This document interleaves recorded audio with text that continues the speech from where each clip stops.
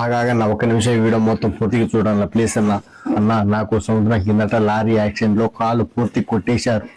అదే విధంగా చెయ్యి కూడా పూర్తిగా డెడ్ అయిపోయింది. గత కొంతకాలం నుండి చెయ్యి భరించలేని నొప్పి వస్తుంది.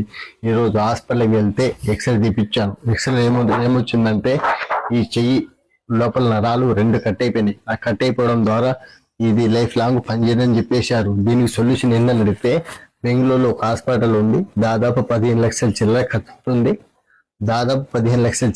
అవుతుంది. 15 లక్షలు పెడితే నీకు ఆటోమేటిక్గా ఏదో విధికి చెయ్యి పని చేస్తుందని చెప్పారు. అంత అమౌంట్ నేను పెట్టుకోలేను. ఇంతవరకు నాకు గవర్నమెంట్ ద్వారా పెన్షన్ రావట్లేదు.